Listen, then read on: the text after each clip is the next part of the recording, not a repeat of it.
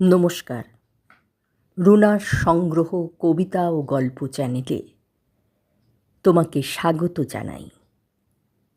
আজকে সৈয়দ মুস্তাফা সিরাজের কর্নেল সমগ্রের জনপ্রিয় রহস্যগল্প স্বর্গের বাহনের দ্বিতীয় পর্ব গোরস্থানে এক দর্জি। রহস্যের জট আরও গভীরে রয়েছে। এক সাধারণ দর্জিকে ঘিরে কর্নেলের তদন্তে উঠে আসে নতুন কিছু সূত্র। সত্যি কি তিনি একজন দর্জি, না তার কাছে লুকিয়ে আছে এমন তথ্য যা পুরো রহস্যের মোড় ঘুরিয়ে দিতে পারে? চলুন কর্নেল নীলাদ্রি সরকারের সঙ্গে আমরা খুঁজে বের করি রহস্যের পরবর্তী ধাপ। ভিডিওটি ভালো লাগলে অবশ্যই লাইক, কমেন্ট, শেয়ার এবং কর্নেল সিরিজের পরবর্তী পর্ব দেখতে চ্যানেলটি সাবস্ক্রাইব করুন। তাহলে শুরু করি। সৈয়দ মুস্তাফা সিরাজের কর্নেল সমগ্রের জনপ্রিয় রহস্য গল্প স্বর্গের বাহনের দ্বিতীয় পর্ব গোরস্থানে এক দর্জি।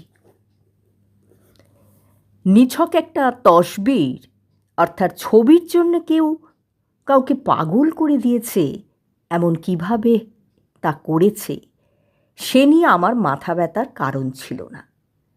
কিন্তু আমাদের কাগজের chief of the news bureau শেষ পর্যন্ত নিছক ওই ছবির জন্যই আমাকেও পাগল করে ছাড়বেন কল্পনা করিনি।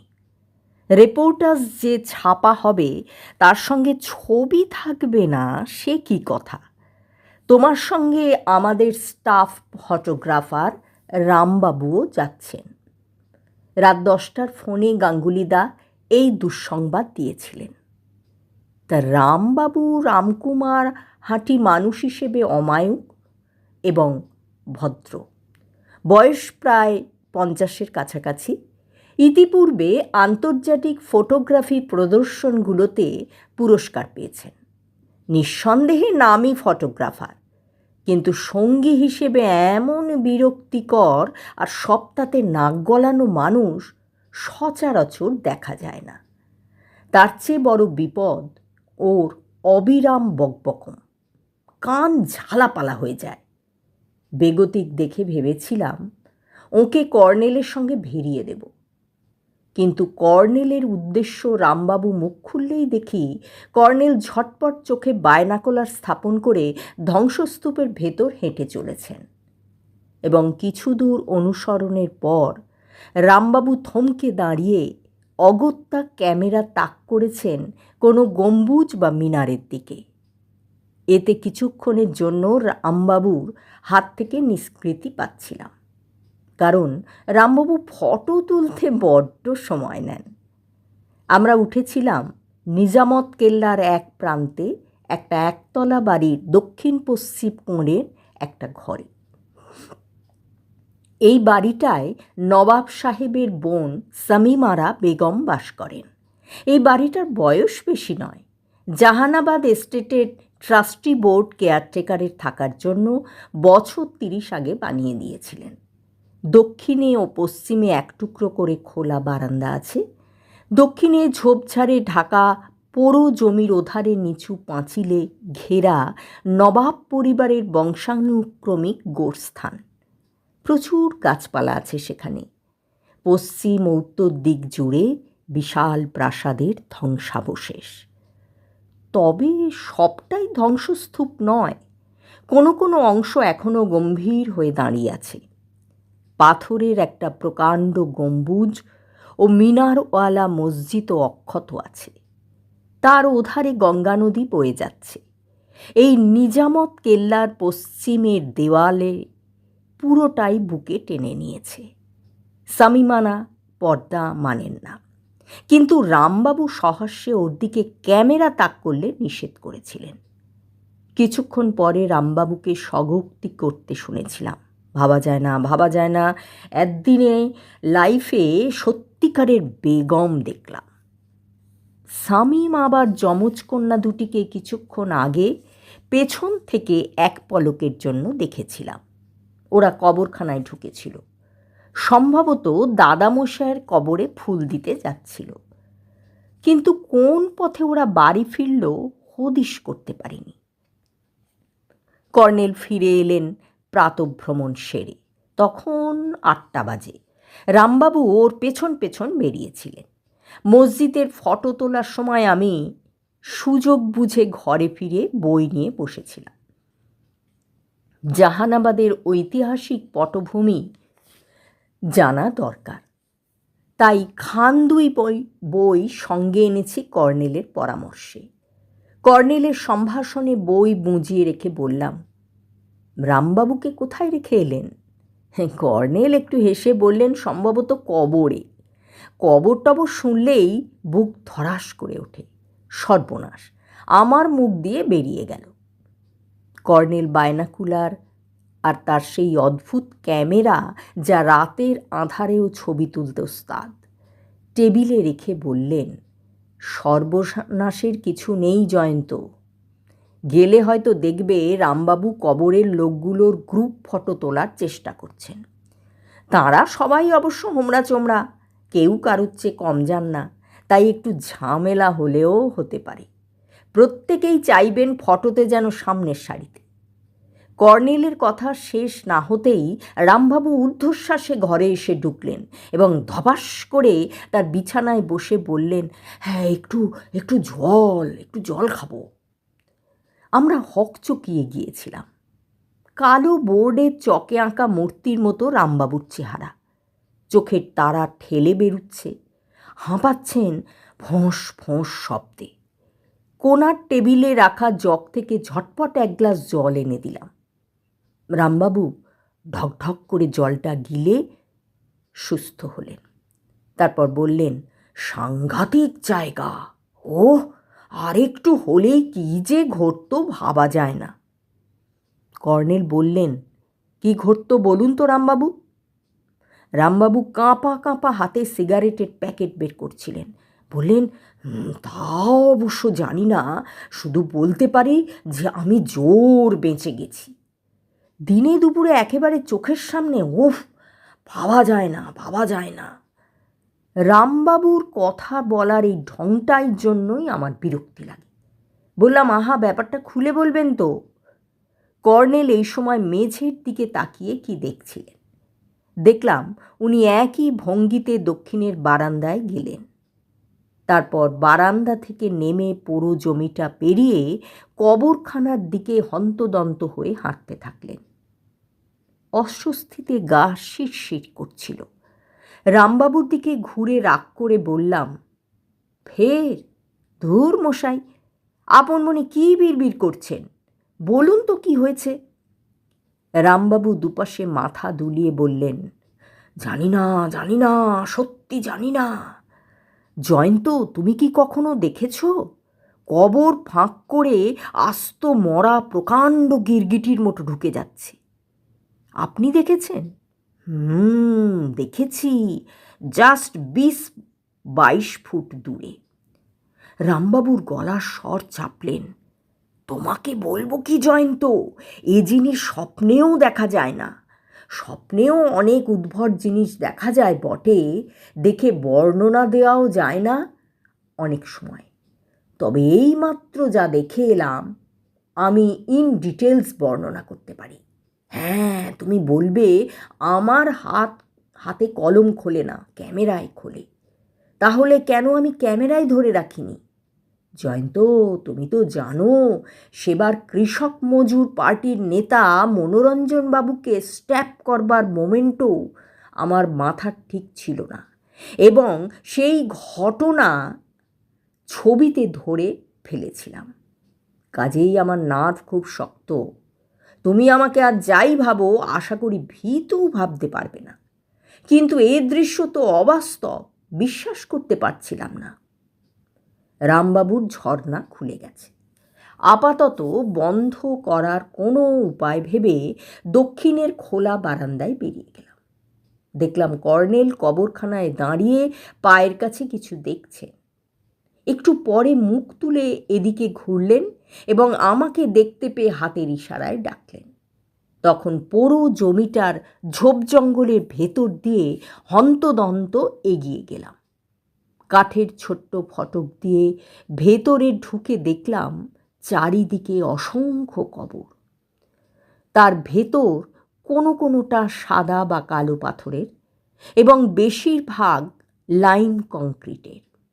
অনেক কবরের মাথায় খাড়া এক টুকরো দেওয়াল, দেওয়ালে ফলক আঁটা।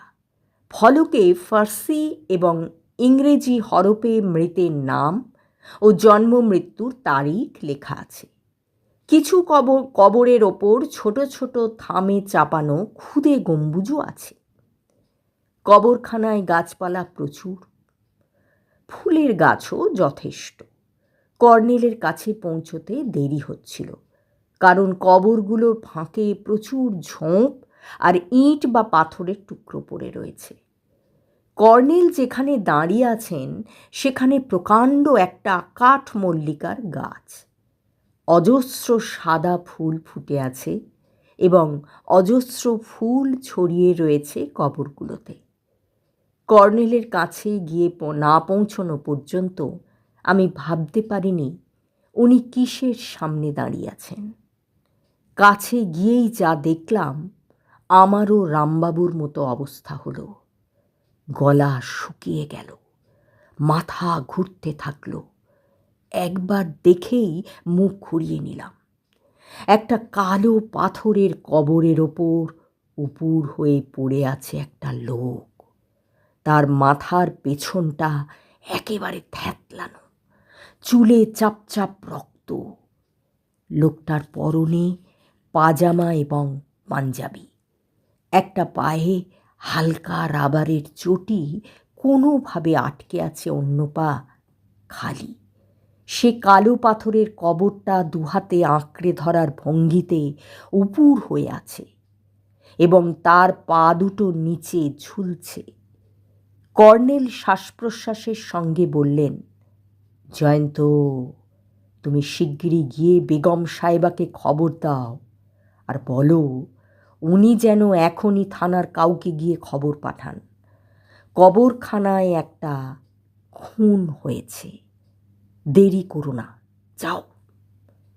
রামবাবুর মতো ঊর্ধ্বশ্বাসে ফিরে গেলাম। তারপর ঘরে ঢুকে ভেতরের দরজার কড়া নাড়লাম কাঁপা কাঁপা হাতে। রামবাবু আপন মনে তখনও বিড়বিড় করছিলেন। আমাকে দেখে কিছু বললেন সম্ভবত। কি বললেন আমার মাথায় ঢুকল না। তবে দেখলাম এতক্ষণে নিজের জুতোর দিকে ওর চোখ গেছে এবং এ কি, এত লাল রং লাগলো কোথায় বলে উঠে দাঁড়ালেন। দরজা খুলে এক পরিচারিকা মৃদু স্বরে বলল, বলিয়ে সাব, জলদি বেগম সাহেবা কো খবর দো, জরুরি বাত হ্যায়। বেগম সাহেবা তার পেছনেই ছিলেন। এগিয়ে এসে কপালে হাত ঠেকিয়ে ভদ্রতা সূচক আদাব দিয়ে পরিষ্কার বাংলায় বললেন, কি হয়েছে জয়ন্তবাবু? কবরখানায় কেউ খুন হয়ে পড়ে আছে। কর্নেল কাউকে থানায় খবর দিতে বললেন। শামীমারা চমকে উঠেছিলেন, তারপর ঠোঁট কামড়ে ধরলেন। মৃদুস্বরে পরিচারিকাকে কিছু বললেন। মেয়েটি চলে গেল ভেতরে। তখন শামীমারা পা বাড়িয়ে বললেন, চলুন তো দেখি। রামবাবু বারান্দার নিচে ঘাসে জুতো ঘষে সাফ করতে ব্যস্ত ছিলেন, আমাদের লক্ষ্য করলেন না। কবরখানার কর্নেলের কাছে পৌঁছেই শামীমারা থমকে দাঁড়ালেন। তারপর নিহত লোকটিকে দেখে বলে উঠলেন, হায় খোদা, এ যে দেখছি তাহের দর্জি। কর্নেল বললেন, তাহের মিয়া কোথায় থাকেন? শামীমারা আঙুল দিয়ে কবরখানার পূর্ব দিকটা দেখিয়ে বললেন, ওদিকে প্যালেসের আস্তাবল ছিল। কয়েকটা ঘর এখনো আস্ত আছে, সেখানে একটা ঘরে তাহির থাকে। কিন্তু কবরস্থানে ও কেন এসেছিল? কর্নেল বললেন, এই দেখুন রক্তের দাগ, পূর্ব দিক থেকে এদিকে এসেছে। তার মানে তাহের মিয়াকে আঘাত করবার পর উনি আহত অবস্থায় এদিকে ছুটেই এসেছিলেন, কারণ রক্তের দাগ থেকে তা বোঝা যাচ্ছে। এসে এখানে পড়ে গেছেন এবং মৃত্যু ঘটেছে। শামীমারা যে খুব শক্ত মনের মহিলা তা বুঝতে পারছিলাম। কর্নেল রক্তের দাগ অনুসরণ করলে তিনি এগিয়ে গেলেন। আমিও টাটকা এবং রক্তাক্ত মরার কাছে একাকী দাঁড়িয়ে থাকার পক্ষপাতী নই। ওদের পেছন পেছন গেলাম। পূর্ব সীমানার নিচু দেওয়ালের এধারে দাঁড়িয়ে কর্নেল বললেন, মনে হচ্ছে এখানেই আচমকা তাহের মিয়ার মাথার পেছন থেকে শক্ত কোনো জিনিস দিয়ে আঘাত করা হয়েছে। এই যে ওর এক পাটি চটি পড়ে আছে। যাই হোক, পুলিশ আসুক। শামীমারা আস্তে বললেন, আমার স্বামীকেও ঠিক একইভাবে খুন করা হয়েছিল। কোথায় ওর ডেড বডি পড়েছিল জানেন? জানি, আসুন দেখাচ্ছি। শামীমারা এগিয়ে গেলেন দক্ষিণ পশ্চিম দিকে। যেতে যেতে বললেন, তখন গ্রীষ্মকাল। ভোরবেলা আমার মেয়েরা ওদের দাদামশায় কবরে ফুল দিতে এসে তাদের বাবাকে ঠিক ওই অবস্থায় দেখতে পায়। ডান দিকে একটা সিমেন্টের কবর দেখিয়ে বেগম সাহেবা বললেন, এটা আমার বাবার কবর। আর এই যে দেখছেন কালো পাথরের কবর, এখানে আমার স্বামীর লাশ পড়েছিল। কর্নেল বললেন, সে রাতে আপনার স্বামী বাড়ি ছিলেন না? ছিলেন। ওর অভ্যাস ছিল খুব ভোরে উঠে গঙ্গার ধারে নিজামতি মসজিদের চত্বরে নামাজ পড়ার। ওখানে কেউ নামাজ পড়তে যায় না। তাছাড়া মসজিদটা পোড়ো পোড়ো অবস্থায় আছে। শামীমারা ছোট্ট শ্বাস ফেলে বললেন, তো সেদিন তাই ভেবেছিলাম, একটু বেলা হলে আমার মেয়েরা কবরখানায় এলো ফুল দিতে। তারপর শামীমারা হঠাৎ চুপ করলেন। কর্নেল বললেন, তাহের মিয়ার বাড়িতে কে আছে? আর কেউ নেই। তাহের একা থাকত। ওর বিয়ে হয়েছিল, বাচ্চা কাচ্চা হয়নি। বউটা রোগে ভুগে মারা যায়। তারপর আর বিয়ে করেনি। আসলে তাহেরের বরাবর একটু রাগী স্বভাব, স্বার্থপর, একা নড়ে যাকে বলে। এমন লোককে কে মেয়ে দিতে চাইবে? আমরা নিহত তাহেরের কাছে ফিরে এলাম। এতক্ষণ দেখলাম একটু তফাতে গম্বুজওয়ালা উঁচু প্রাচীন একটা কবরের কাছে দাঁড়িয়ে আছে শামীমামার যমজ কন্যা। দেখে সত্যি চোখ ঝলসে গেল। মুখের গড়ন যাই হোক, এমন আশ্চর্য গায়ের রং আমি কখনো দেখিনি। দুই বোনের মায়ের মতো শাড়ি পরে আছে। দুজনের চেহারা হুবহু এক। বয়স 18-19 মধ্যে বললেই মনে হলো। শামীমারা ওদের দেখতে পেয়ে এগিয়ে গেলেন কাছে এবং চাপা স্বরে সম্ভবত বকে দিলেন। তখন ওরা বিষণ্ণভাবে চলে গেল। শামীমারা আমাদের কাছে এসে একটু হেসে বললেন, আমার স্বামী বলতেন, তোমাদের বংশের জান খুব শক্ত। ঠিকই বলতেন। ওই যে দেখলেন, খুন খারাপি দেখেও ভরকায়নি। দিব্যি প্যাট প্যাট করে তাকিয়ে দেখছিল। কর্নেল বললেন, কবরখানায় আসতেও ওরা বোধ করি ভয় পায় না। শামীমারা বললেন, এটা মুসলিমদের একটা ধর্মীয় সংস্কার। কবরখানাকে কোনো মুসলিম ভয়ের জায়গা বলে মনে করে না, বরং ভয় পাওয়ার সময় কবরখানাকে নিরাপদ মনে করা হয়। প্রত্যেক মুসলিম বিশ্বাস করে, বিপদে পড়ে কবরখানায় ঢুকলে মৃত মুসলিমদের আত্মা তাকে বাঁচাবে। এই অদ্ভুত সংস্কার অন্য ধর্মের লোকের পক্ষে বোঝাই সম্ভব। বুঝেছি, সেজন্য অনেক মুসলিম পরিবারকে দেখেছি বাড়ির উঠোনেই কবর দেন প্রিয়জনদের। আমি বললাম, তাই তো।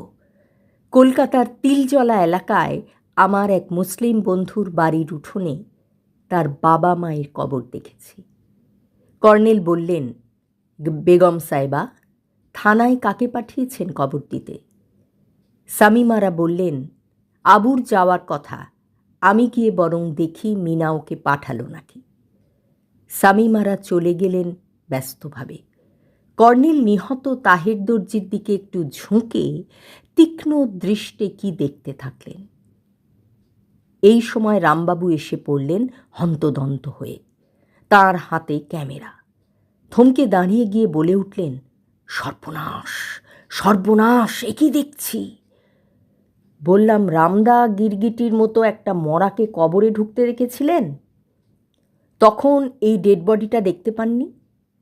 রামবাবু জোরে মাথা নেড়ে বললেন, না তো, না তো, দেখিনি। এ কি সাংঘাতিক ব্যাপার! ওরে বাবা, এ কোথায় এসেছি আমরা? এ যে দেখছি মানুষ খুন। জয়ন্ত, ও জয়ন্ত, খুলে বলো তো ব্যাপারটা, আমার যে কিছুই বিশ্বাস হচ্ছে না। বলে ঝটপট ডেড বডির চারিদিকে ঘুরে পটাপট শাটার টিপে কয়েকটা ছবি তুলে ফেললেন। কর্নেল ভুরু কুঁচকে বললেন, রামবাবু, আপনি ওই অদ্ভুত ব্যাপারটা কোথায় দেখেছিলেন বলুন তো? রামবাবু বিচলিতভাবে এদিক ওদিক তাকিয়ে ঠাহর করার চেষ্টা করলেন। তারপর মাথা চুলকে বললেন, ঠিক বুঝতে পারছি না কর্নেল স্যার। একবার মনে হচ্ছে শুঁটকো ডেড বডিটাকে ওই গম্বুজওয়ালার কবরে ঢুকতে দেখেছি, আবার মনে হচ্ছে ওইখানটাতে, সঠিক মনে পড়ছে না। রামবাবু গম্বুজওয়ালা কবরটার দিকে কয়েক পা এগিয়ে গেলেন, কিন্তু বোধ করি ভয় পেয়ে আর এগোতে পারলেন না। কর্নেল ভুরু কুঁচকে আবার পূবের পাঁচিল অবধি গেলেন।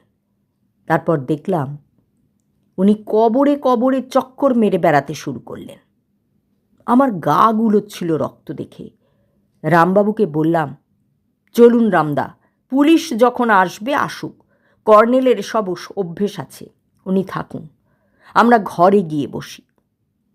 রামবাবু সায় দিয়ে পা বাড়িয়ে বললেন, চলো, আমারও অবস্থা শোচনীয়, এখন যদি এক কাপ গরম চা ফা না পাই কেলেঙ্কারি হবে।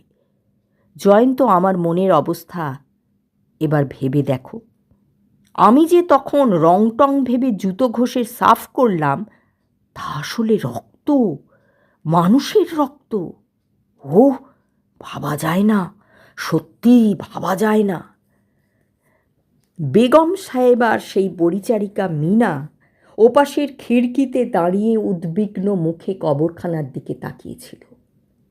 রামবাবু তার উদ্দেশ্যে চেঁচিয়ে বললেন, ওগো বিবি ঠাকরুন, একটুখানি থোড়া চায় পিলানে কে সে কি গো?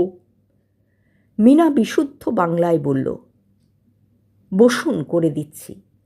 তারপর সে বাড়িতে ঢুকে গেল। এই গণ্ডগোলের সময় হাসতে ইচ্ছে করে না, তবু রামবাবু হাসিয়ে ছাড়লেন। বললাম, রামদা, বিবি ঠাকরুন ব্যাপারটা কি? রামবাবু বারান্দায় উঠে বললেন, মাথায় এসে গেল আর কি, তবে আশ্চর্য ব্যাপার দেখো জয়ন্ত, এরা দিব্যি বাংলা জানে, বোঝাই যায় না নবাব বাড়ির লোকের বাংলার কথা বলা। বললাম, এতে অবাক হবার কি আছে? আর সে নবাবই তো নেই, এখন সাধারণ মানুষ হয়ে গেছেন, স্থানীয় লোকেদের সঙ্গে মেলামেশা করতে হয়, এই বাড়িটা দেখেও বুঝতে পারছেন না? রামবাবু চেয়ারে বসে বললেন, তা তুমি ঠিক বলেছ, এতক্ষণ খেয়াল হলো, তাই তো ভাবছিলাম মাথার ওপর ঝাড়লণ্ঠন নেই, মেঝেতে জাজিম বিছানো নেই, একেবারে গেরস্থ হাবভাব। অথচ লখনৌতে সেবার এক নবাব বাড়ির ছবি তুলতে ঢুকে তো চক্ষু ছানা বড়া। বলে ভেতরের দরজার দিকটা নিয়ে চাপা স্বরে বললেন, তবে খাওয়া দাওয়াতে একটু নবাবী গন্ধ টের পেয়েছিলাম রাত্রে। এখন ব্রেকফাস্টে কী দেয় দেখা যাক। রামবাবু লখনৌ নবাব বাড়ির খাবারের সঙ্গে তুলনা শুরু করলেন। একটু পরে মিনা দরজা খুলে 2 কাপ চা নিয়ে এলো। চা রেখে মৃদু স্বরে বলল, বুড়ো সাহেবকে চা পাঠিয়ে দেব নাকি ওকে ডাকবেন? বললাম, পাঠিয়ে দিতে পারো, উনি খেতে আপত্তি করবেন না। মিনা যেতে যেতে ঘুরে বলল, আধ ঘন্টার মধ্যে নাস্তা তৈরি হয়ে যাবে। বেগম সাহেবা জানতে চাইলেন, আপনাদের খুব খিদে পেয়েছে নাকি? তাহলে একটু করে সেমাই খেয়ে যাবেন। একটু হেসে বললাম, আমার খিদে পায়নি। রামদা, আপনার নিশ্চয়ই পেয়েছে। রামবাবু হাত নেড়ে তেতো মুখে বললেন, এখন আধ ঘন্টা চা ছাড়া গলা দিয়ে কিছু নামবে না, মনে হবে রক্ত খাচ্ছি। মিনা চলে গেলে বললাম, রক্ত তরল পদার্থ, চাও? কথা কেড়ে রামবাবু ফ্যাঁচ করে হাসলেন। তোমার মায়েরই সবসময় ফক্কুরি। কর্নেল স্যারের কথা আলাদা, উনি গোয়েন্দা টোয়েন্দা মানুষ। আচ্ছা জয়ন্ত, এখানে যে খুন খারাপই হবে কর্নেল স্যার নিশ্চয়ই আভাস পেয়েছিলেন, কি বলো? আমার জবাব না পেয়ে বললেন, কিন্তু লোকটা কে জানতে পেরেছ? বেগম সাহেবা তো গিয়েছিলেন দেখতে। কি বললেন? ভদ্রলোকের নাম তাহের মিয়া, উনি একজন দর্জি। রামবাবু নড়ে উঠলেন। জয়ন্ত, জয়ন্ত, আমার গায়ে কাঁটা দিচ্ছে। ওহ, আমি রক্তের উপর দাঁড়িয়েছিলাম জয়ন্ত। তার মানে কবর থেকে একটা শুঁটকো মরা দর্জি ভদ্রলোককে মেরে রক্তারক্তি করে কবরে ঢুকেছিল। ঠিক সেই সময় আমার চোখে পড়ে যায়। ভাবা যায় না জয়ন্ত, ভাবা যায় না। এই সময় আমার চোখে পড়ল কবরখানার ভেতর খাঁকি পোশাক পরা লাল টুপিওয়ালা কিছু লোক ঢুকেছে। বাইরে বেরিয়ে দেখলাম পুলিশ এসে গেছে। প্রকাণ্ড চেহারার এক পুলিশ অফিসার কর্নেলের সঙ্গে খুব হাত মুখ নেড়ে কথা বলছেন। রামবাবু বেরিয়ে এসে দেখে বললেন, আমি যাই, আমার যাওয়া কর্তব্য। তুমি এসো জয়ন্ত, আমরা যে যা জানি সব বলবো। রামবাবুকে টেনে ঘরে ঢুকিয়ে বললাম, প্লিজ রামদা, চুপচাপ বসুন তো। কর্নেল আমাদের গার্জেন, উনি যা বলবেন আমরা তাই করব। রামবাবু একটু ভেবে সায় দিলেন, ঠিক ঠিক বলেছ। কর্নেল স্যার যদি বলেন তবেই আমার বলা উচিত যে আমি কবরে একটা জ্যান্ত মরা ঢুকতে দেখেছি, নইলে মুখ খুলব না। কিন্তু ব্যাপারটা একবার ভাবো জয়ন্ত, গোরস্থানে একজন দর্জিকে একটা মরা, ওহ, ভাবা যায় না। রামবাবু আপন মনে বকবক করতে থাকলেন। গল্প পাঠ শেষ হলো। এতক্ষণ গল্প বলছিলাম রুনা মুখার্জি। সকলে ভালো থাকবেন।